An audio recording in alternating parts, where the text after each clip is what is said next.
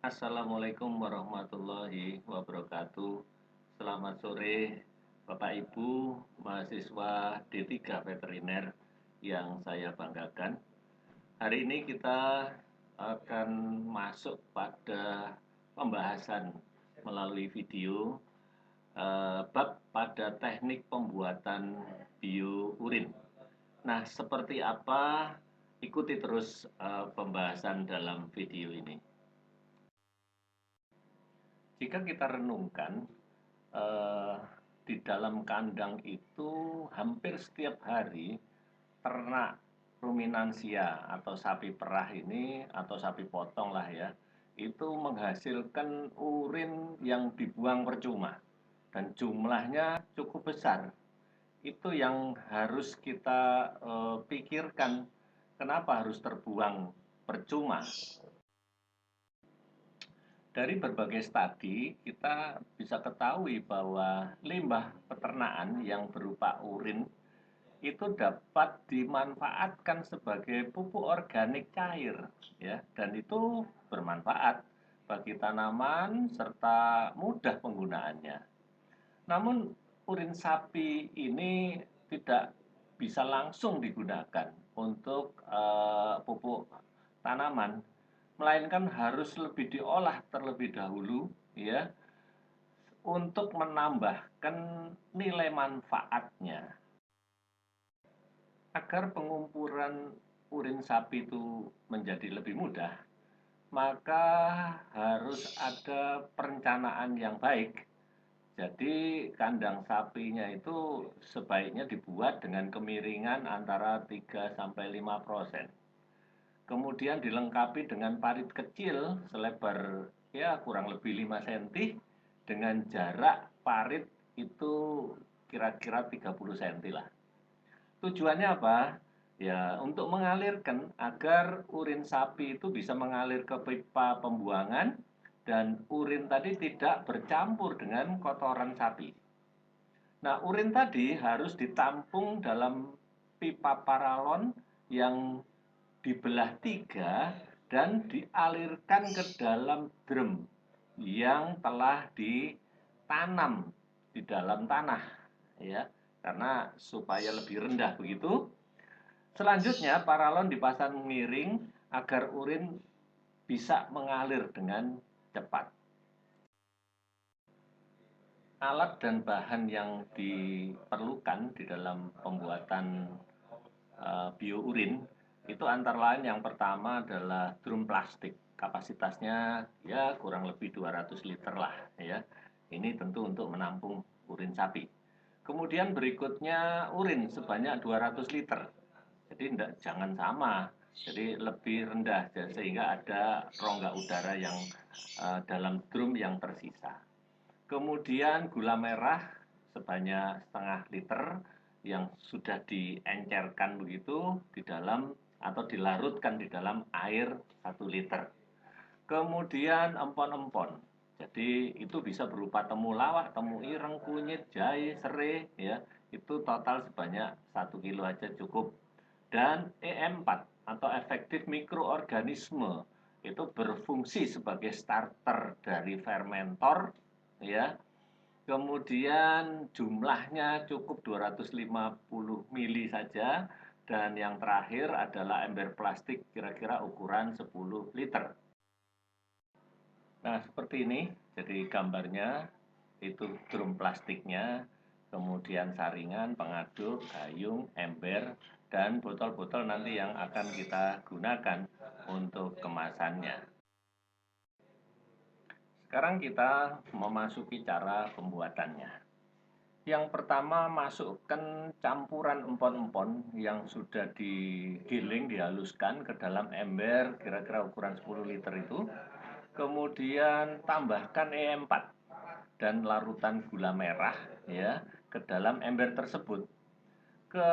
Selanjutnya masukkan air bersih sebanyak kurang lebih 10 liter. Aduk hingga semua campuran itu merata. Setelah itu masukkan larutan ke dalam drum yang berisi 150 liter urin sapi Sementara kapasitas drumnya kan tadi 200 liter ya. Jadi ini 150 liter saja cukup. Kemudian campuran tersebut tidak harus diaduk ya.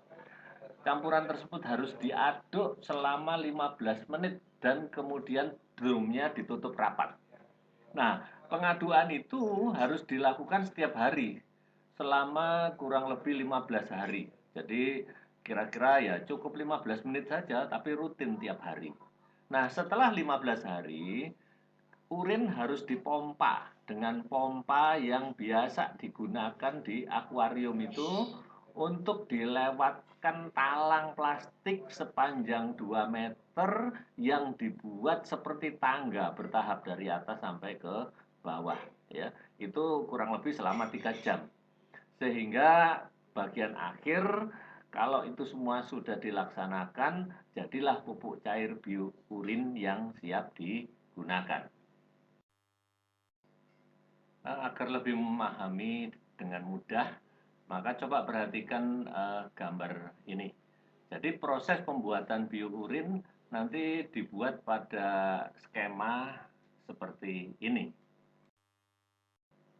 Kalau kita gunakan dengan resep yang lebih kecil ya atau sedikit, maka kita bisa gunakan jurigen seperti ini itu untuk menampung urinnya. Tentu tidak penuh ya. Kemudian tahap berikutnya empon-empon itu secara keseluruhan kita haluskan, kemudian supaya cair lebih mudah ya diencerkan dan dimasukkan ke dalam drum.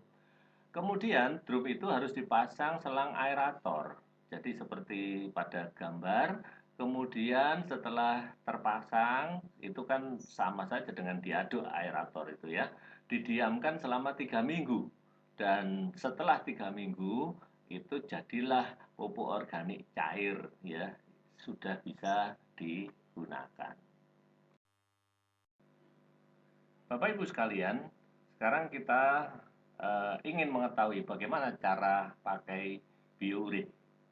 Nah, biourin yang tadi sudah jadi, maka di dalam penggunaannya terhadap tanaman semusim, tetapi yang pendek ya, yang rendah, tidak terlalu tinggi, itu bisa dicampur atau diencerkan dengan air dengan perbandingan 1:2. Jadi misalnya biourinnya 10 liter, airnya 20 liter.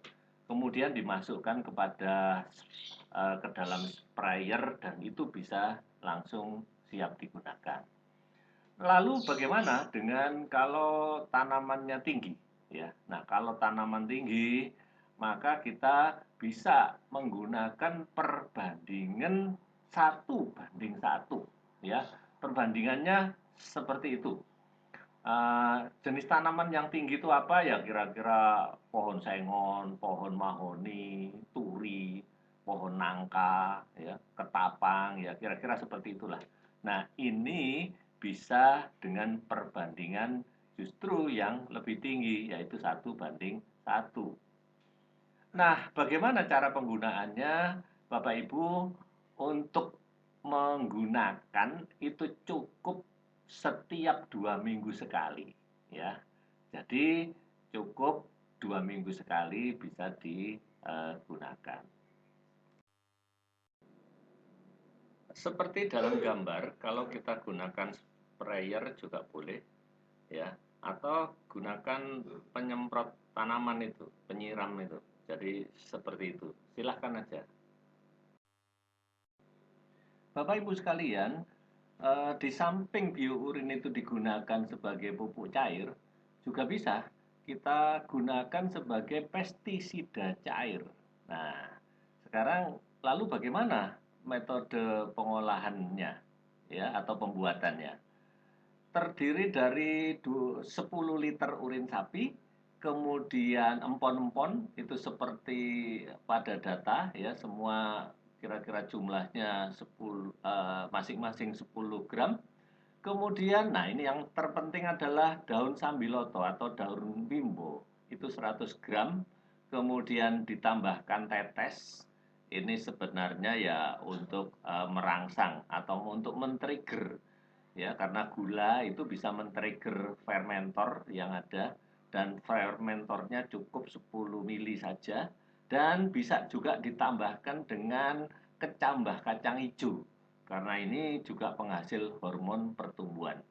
Nah, secara umum itulah bahan-bahan yang bisa kita gunakan sebagai biourin sekaligus pestisida cair. Cara pembuatannya juga sama. Jadi masukkan semua empon-empon plus daun sambiloto atau daun wimbo tadi ke dalam bak berisi urin sapi murni. Kemudian tetes dan fermentornya dicampurkan ke dalam bak tadi sambil diaduk merata sampai homogen kurang lebih selama setengah jam. Kemudian baknya ditutup rapat serta difermentasikan selama 10 hari. Manfaat dari biourin ini sesungguhnya cukup banyak. Yang pertama adalah kandungan nitrogen, fosfor, kalium atau kandungan airnya tentu lebih banyak ya jika dibandingkan dengan pupuk organik padat. Jadi seperti itu. Yang kedua, memiliki struktur kandungan dan organik tanah.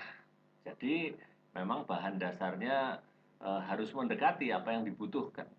Kemudian yang ketiga, memperpanjang produktivitas tanaman. Yang keempat, meningkatkan daya tahan tanaman terhadap hama dan penyakit.